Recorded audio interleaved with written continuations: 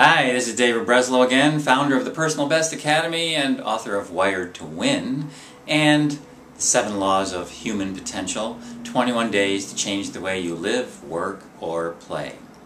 You know, in the last training video that I shot, I was using these tennis balls, this really low-tech way of trying to make a point, and I had some really interesting comments about it, all of them favorable actually, and I actually did get some emails with the comment, "Help, get me out of circle 1" in the subject line. So people were having fun with it, and I was just really glad that people got a lot out of it, and I hope you did too. But today I actually want to do a little bit of a follow-up. It's somewhat of a tangent to the discussion that I had last time in the training video. And last time, you know, I was talking about, and hopefully you saw it, I was talking about using these 2 tennis balls as indicating, and now you notice I have the numbers 1 and 2 on them. I finally got a little smart in my low-tech format. I was talking about the idea that circle 1 never meets circle 2, and that most of us do spend our time in circle 1 trying to spend time and money and effort on ways to improve the things that hold us back from getting what we want in life or on the job or in many different areas of life. So today I wanted to introduce this notion that I call coping, and I call coping as leading to mediocrity. So that's the subject of today's video training session. Coping leads to mediocrity. So let me refer back to these circle 1 and circle 2 conversations that I talked about last time real quick. Circle 1, if you remember, people are spending time and money trying to improve the things in circle 1. And how do they do that?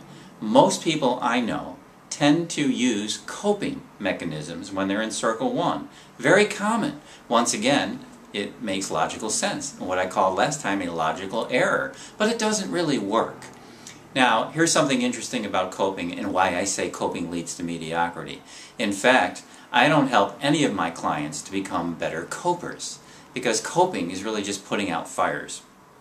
And I think last time I said this, I posed this question to people: would you rather have more coping skills and more tips and strategies and theories to put out your fires in your life, or would you rather actually have fewer fires to put out? Everybody I've ever asked that question to has said to me, "Dave, I'd rather have fewer fires to put out." And that's exactly what this is talking about. So instead of coping, what we want to do is start to create more, direct ourselves more into circle 2. But let me get back to the original point here real quick. Coping leads to mediocrity, and here's why.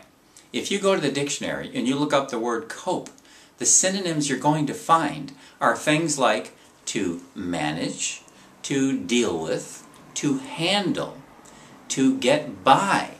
And you're also going to see the word to struggle with. And then there's my all-time favorite, to survive. Now, I ask you, do you really aspire to manage and to handle and to survive your life? I don't think so. I really hope that's not what you're hoping for. But if you're coping, and you're coping with the things that don't work in circle 1 for you, that's exactly what you're doing.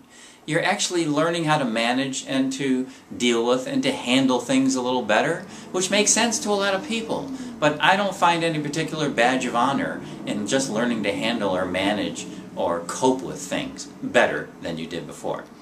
And here's the example I often give besides. When you walk into a room and somebody has their back to you and you say, "Hey, how you doing?"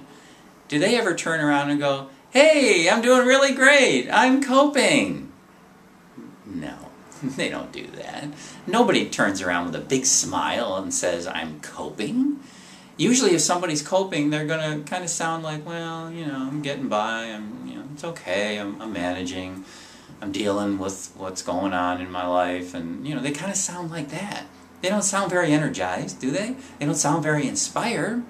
So that's why I say that coping leads to mediocrity. I'm not a big fan of coping. Now, I'm not talking about really serious events in your life, when really big, serious things that require our energy to actually cope with them. I'm talking about major things, like maybe the death of a loved one.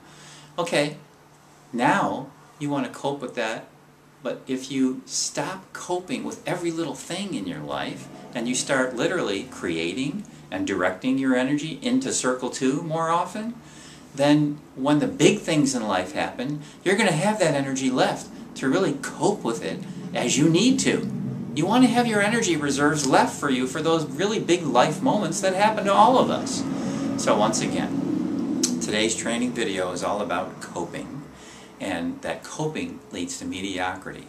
Coping takes place, I have to move this around, coping takes place here. There is no coping in Circle 2. It's much more creative, you're taking much more control, and you're directing your life, and you're not coping with it anymore. So that's the point of today's training session. Thanks for listening. And once again, if you have any comments, would love to hear about them. And if you want to contact me, would love to do that. You can email me at dave@davebreslow.com. Would love to hear from you. Take care.